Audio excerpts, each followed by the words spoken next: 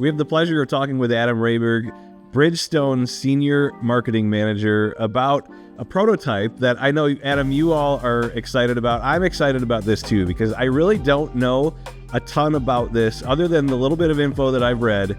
And what I have read, it is super intriguing, especially for a golf ball. A lot of times, Adam, we hear about distance gained or speed gained through golf clubs, but Bridgestone has found a way to gain speed and distance through this new VS prototype. What can you tell us through the research that you've done, what you've seen so far with this prototype? So we are super excited about the VS prototype project. It's gotten a lot of buzz over the last couple months. Tour player adoption has been at an all-time high. We've never had the players really change into a ball this quickly as we did with this VS ball. Jason Day actually played this ball during the FedEx Cup playoffs. And typically we don't see guys switching over till, what we normally call silly season time of the year when they're playing in Grant Thorntons and the PNCs of the world. But Jason really switched over very soon and, saw some great success, drove the ball a little bit longer, saw some accuracy gains. But really, kind of to your question, the VS prototype project, we're super excited about. It's kind of a 4-year process that we've been working on this material discovery that's inside these new golf balls. And what it is, we'll get a little more in depth on kind of come January when we want to talk a little bit more about the technology. But we went through 20 different formulation material densities in this golf ball, and over 240 prototypes were designed for this VS project that we've been working on. And really, like I said, it's the new material discovery. For Bridgestone, we are a rubber company at our core. And we're based on, obviously, a lot of people know we make tires. We make tires very well. So rubber and polymer, and being rubber and polymer scientists are kind of our expertise. And this is one of the things that we are very good at. That's why we feel like we make the best golf ball in the market. And we're always trying to push the limits of what the golf ball is capable of doing. A lot of other companies feel like, we've reached the ceiling with the USGA and the ball can only do so much. Let's do things aesthetically to the golf ball to make it do whatever. Though we still pay attention to those, we really truly think that there's still increases that can be made inside of the material. And we're always searching for new materials. And like I said, our R&D team, worked over 4 years kind of working on this material that's being injected into these prototypes and what's also to be coming very soon. I know we have to be a little bit secretive. Like you said, we can't fully come out with what is involved with this, but I'm always curious with the R&D process. Like you said, 4 years. It's a long time to be working on something. Where does this start? What was the genesis of why you even wanted to go, why Bridgestone wanted to go down this path with a new material? That's a great question. So our R&D team is always designing and creating new different polymers, whether it's thickness, firmness, surety, density, mass of how heavy the polymer is being made and how it's designed, how it's being cooked in the factory. So those are things that those guys are amazing at kind of whipping up these prototype designs and simulating them on a computer and then bringing them to the real world and testing them. And when I say over 4 years, that means it wasn't quite ready for the design that we launched like 2 years ago. So we were kind of continuing to work, continue to tweak. We're not going to throw something inside of a golf ball until we feel like it's ready for market and ready for our players to use. So when we're looking at prototype and player testing, we do tour player testing, but we do a ton of amateur testing. We bring in a lot of players here we're outside of Atlanta right now. We do a lot of player testing here in prototypes. And then we do a lot of robot testing. Right behind me here is our robot that hits a lot of shots as well. So that process is a long, arduous process of validation and really getting that ball where it needs to be from a performance standpoint. Because again, we could look at the simulations and look at the formulas and it looks like the ball is going to do one thing, but then until it gets in the real world testing of players making contact with that golf ball and seeing what it does from a trajectory, from a spin, from a condition standpoint, that's where the rubber meets the road. So it's been a long process for this material discovery that we have inside these new golf balls. And yeah, it's been over 4 years of testing and designing. And then this last 18 months with player testing has been very arduous, and looking at the testing and the data coming from that.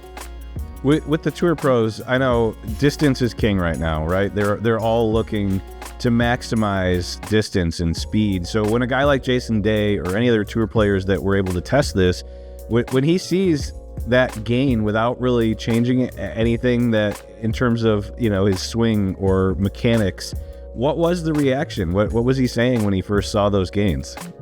Jason's a good one to reference because we had an opportunity to go up to Ohio, and he has his amazing facility at his house. And he actually, funny enough, he actually bought a parcel of land across the road. So now we just hit drivers from the parcel of land across the road over the road into his. So Jason, obviously he's a good player and he doesn't have to worry about. So he sees a car and he goes, well, let that car go by. And then boom, hits it, flies the road by about 40 yards. Whereas I'd be scared to death to snap hook one, bounce across the road.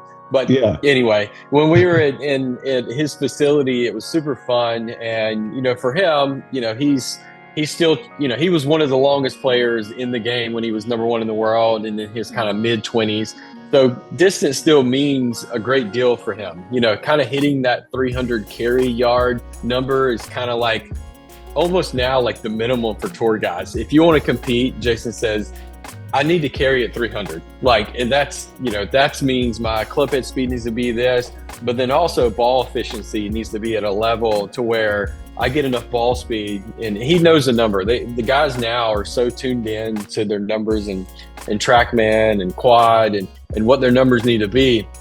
They kind of instantly know what the ball speed needs to be to achieve that. Now, all the other conditions have to be there as well.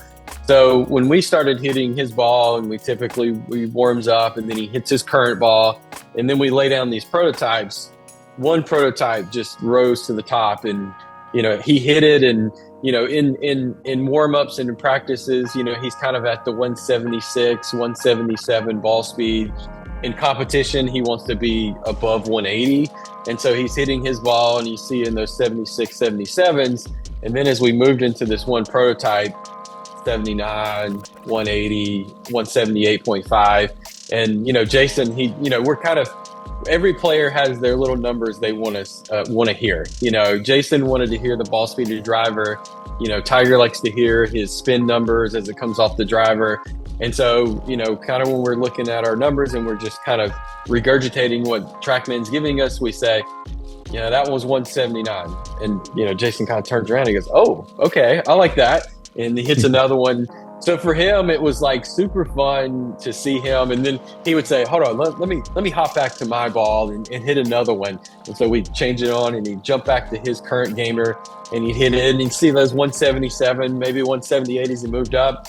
Then he'd hop back over to this prototype, 179, 180. And so when it was all said and done, he gained about 2 miles per hour in ball speed, you know, when he changed over to this prototype in that testing. And we left Ohio and he was like, need this ball now, guys. and that was like October of last year. And so I was like, hey, we got about 10 more months that we need to finish this thing off, and then we'll get it in your hands. We'll try as fast as we can.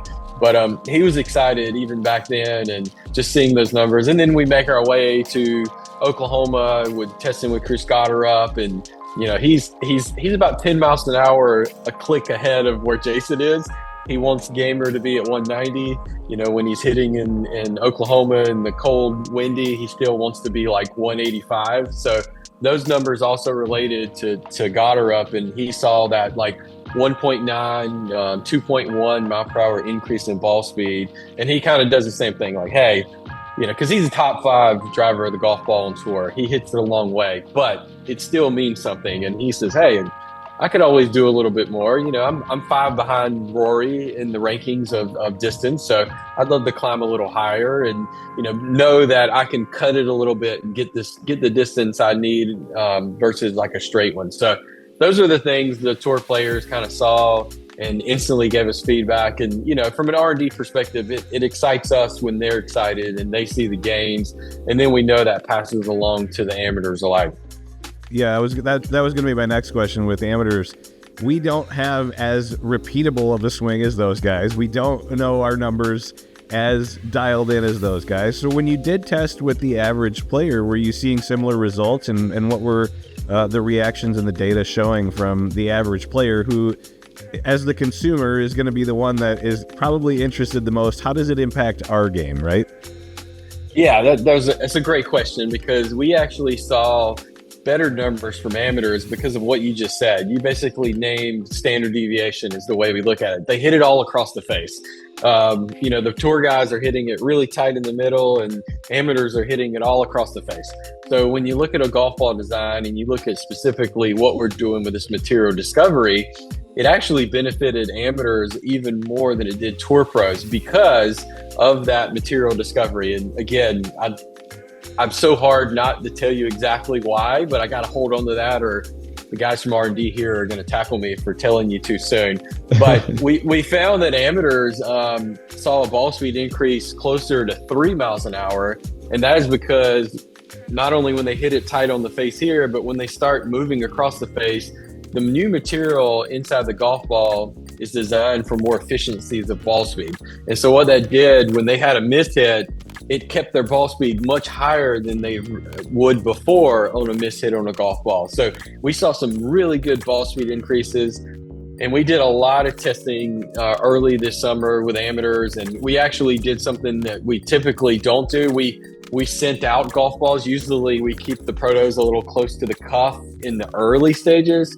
Like right now we're getting, kind of protos at the finish line out to consumers that they can experience. But we sent out a lot of early prototypes to amateurs, and we worked across a bunch of clubs here in our area to do some testing, not only on conditions on TrackMan and quad, but we sent them on course and had them do player testing, versus their previous ball. So a lot of the feedback we got was, hey, distance was good. I saw a little increase in distance, but man, the ball, have you guys done something with the dimple? Have you done something with the spin numbers? Because the ball, flew and held its line very straight. And that can also come back to that material that we're going to put inside the new golf ball. So as far as the amateur concerned, kind of going back to your question, amateurs were very excited. We've got a lot of feedback from them that they've seen the game. A lot of times they say, oh, that's good for the tour pro, but what is it going to do for me? And we really designed this golf ball to be even more beneficial to the everyday golfer that doesn't get their locker stuff like the tour pros do for us, and they go out and purchase these golf balls. So we have to make that golf ball perform at a high level for them as well. Yeah, well, we can all use distance, myself included. I know I'm chasing distance now. Yeah, so we're all excited to see what this new VS prototype from Bridgestone ends up being.